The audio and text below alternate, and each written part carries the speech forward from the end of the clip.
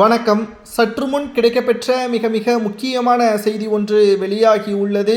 ஜெயக்குமாரின் வேட்புமனு ரத்து செய்யப்பட்டுள்ளதாக தகவல்கள் கிடைக்கப்பெற்றுள்ளது. அதாவது 8வது முறையாக ஜெயக்குமார் அவர்கள் வேட்புமனு தாக்கல் செய்துள்ளார். 2021 சட்டசபை தேர்தலில் இதே தொகுதியில் போட்டியிட்டு படுதோல்வி அடைந்தார். தற்பொழுது மீண்டும் அதே தொகுதியில் வேட்பாளராக களமிறக்கப்பட்டுள்ளார்.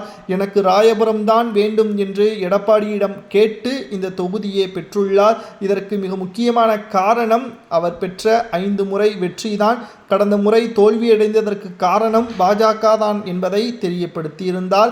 ஆனால் இப்பொழுது 8வது முறையாக மீண்டும் களத்தில் இறங்கியுள்ளார். இந்த முறை வெற்றி வாய்ப்பு ஜெயக்குமாருக்கு இருக்கிறதா என்பதை விட தற்பொழுது அவர் வேட்புமனுவே ரத்து செய்யப்பட்டுள்ளதாகவே தகவல்கள் கிடைக்கப்பெற்றுள்ளது.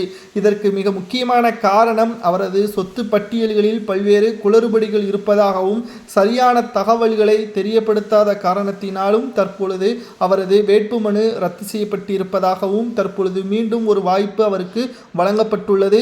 தேர்தல் தேதி முடிவதற்குள்ளாக வேட்புமனு தேதி முடிவதற்குள்ளாக மீண்டும் அவர் வழக்கறிஞரை சந்தித்து சரியான ஆதாரங்களுடன் வேட்புமனுவை தாக்கல் செய்ய வேண்டும். இல்லை என்றால் ராயபுரம் தொகுதியில் அல்ல மற்ற தொகுதிகளிலும் அவர் போட்டியிடுவதற்கு தடை விதிக்கப்படலாம் என்ற தகவலும் தற்பொழுது கிடைக்கப்பெற்றுள்ளது. 2021 சட்டசபை தேர்தலில் ஏற்கனவே அவர் மிகப்பெரிய ஒரு தோல்வியடைந்தார். தற்பொழுது 2026 சட்டசபை தேர்தலில் மீண்டும் அவர் பாஜகவுடனே கூட்டணி வைத்து அதிமுக இந்த தேர்தலை சந்திக்கிறது.